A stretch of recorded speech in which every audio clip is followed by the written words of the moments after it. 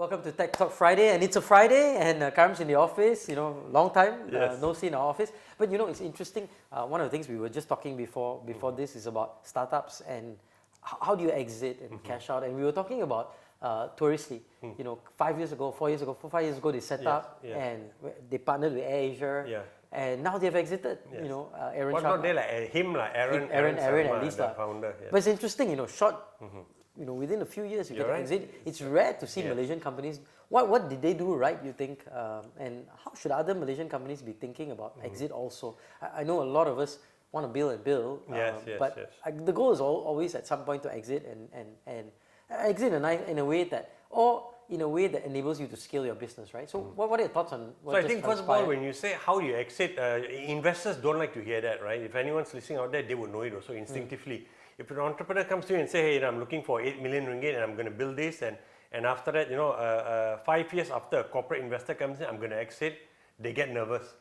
So they want you to be in there for the long term. If something evolves along the way, that's fine. You can obviously do a cash out is more important than exit. Because this example of Aaron, when so just to give background, Aaron is explain a bit Aaron about Sarma. Aaron Sarma. So this was a story you broke last week, right? Yeah, over the weekend. Yeah. Yes. So he has exited from his company that he launched called Touristly. Then it became VD, and now it's actually it's the AirAsia.com platform, right? It's riding on VD, and he has exited now, but he remains a board member, non-executive board member, which shows that he has demonstrated enough value that the company said, although we are allowing you to exit, you've done a good job in grooming your leadership team, but we still want to retain your brain power, your knowledge, right, to be an advisor to the company. It's fantastic. Yeah. So he has exited, yes. And how he did it was really, I think you just build a good solid team, right, and build a good product. And when a corporate entity comes in, show that you can work within a corporate environment or so. And that's easier said than done. But the fact that Aaron has done it, all of you need to reach out to him and say, hey, Aaron, I'm going to be in the same situation. How did you manage that transition, right? So Aaron has shown the path.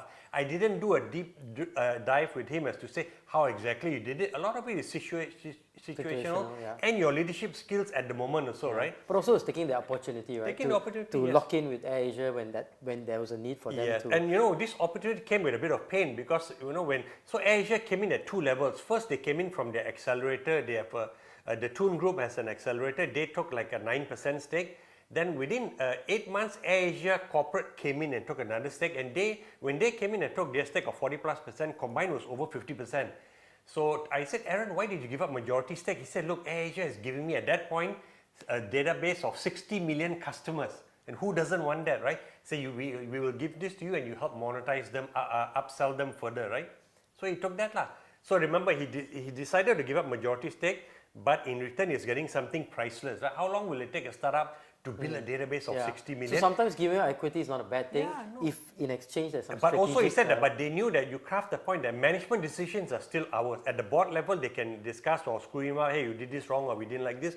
But day-to-day leadership skills and opinions and decisions are made by him and his team, right? Yep. So he had that is even more important than the stake you have. Sure. He has freedom to move and act fast. Okay. So he did that. So he built up the product, right? Today, by the way, AirAsia has a customer base, Aaron told me, of 100 million. Wow. So he has done. So they are truly going to become a digital player, lah. Yeah, they are. I mean, Tony they already are. He came to my conference in 2017 and 2016. Said we are internet company, right? Tony will have the bravado to say that. So they are moving towards that now. As a startup, coming back to this, so Aaron got in, right? They invested, showed value, and now he's exited while remaining as a non-executive board member. And Aaron is already paying back. What I like about this story, Roshan, is that Aaron is very appreciative of all the government support he's got. And what I mean that he's got MSc status, right? That helps him bring in talent from around the world. Something that MDEC needs to give us. Huh? Yeah, okay, there you go. MDEC, you heard it, huh? Roshan wants MSc status. And they'll say, apply for it, we're waiting for you. Account manager set up I don't know. Okay, we'll go into that in another episode. Okay, and then with that, then, okay, you got MSc. And then he's been a recipient of he's a member of the MDEC's GAIN program. And he is very bullish of the GAIN program. He said it has really put us on a platform, helped us accelerate our growth. Program, Gopi's program. So he said, and it's nice to hear someone acknowledge that. And while I was talking to him, I was wondering, hey, has Grab ever expressed that kind of appreciation? Yeah, because they were also, when their first money they got outside of the money Anthony and his founding team put in themselves was public funds, right? It was from Cradle. Yeah. Cradle gave them like, was it 150,000 ringgit or whatever? Yeah. So it's taxpayers' money. So I don't know whether Anthony has ever expressed that publicly on stage, Probably right? not. Yeah. Probably not. I don't know. Maybe. Because he does a lot of talks. I don't know whether he has Yeah. credited the Malaysian government. Yeah. Of course, Singapore government came in with Vertex money. Ventures, right? Bigger money. Way bigger money. But that aside, so it's great to hear him being appreciative, and also not forgetting Cradle. He received, Aaron received, I think in 2016, $500,000 ringgit from Cradle, the CIP 500. And after that, he was a member of Cradle CGP program run by Renuka and Dr. Siva, right? Proficio. Very appreciative of that program, how it helped him and his leadership team, level up. And now he's a mentor also to he's part of Proficio, not Proficio, part of the CGP mentor program. So that's good. I mean, it's good that they not only they give back. He's giving back, yeah. He's and an exemplary model for ecosystem. So what's going to happen to him now? I mean, what's the plan? Okay, so the plan is, it's interesting that he said, Karam, I've received so much from the government, I want to give back to the country. Okay, wow, that's good. For free? For free, yeah, of course, when you say give, I mean, so what's he doing? What is he, what's on the pipeline for him? He says, in the article he says, hold on, right, wait for further development. But you know stuff, right? But you are Karamjit, you know everything. No, I don't know everything. Okay. What do you know? Can we please edit that part out? Okay, I don't need that burden of expectation of my turban, okay?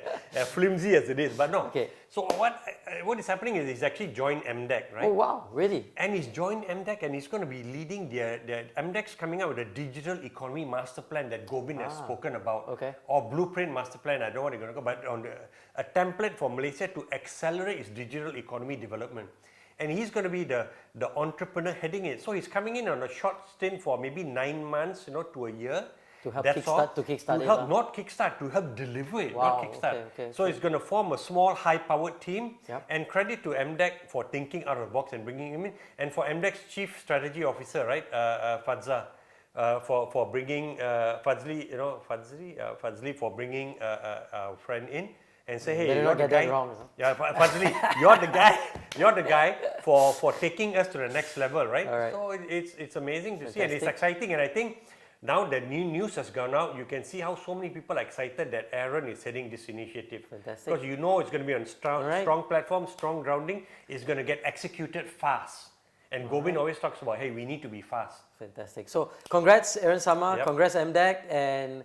You heard it first from Karam, I guess. This is TechTalk Friday. I will catch up next Friday and more exciting stuff from Malaysia tech scene. Ecosystem, yes.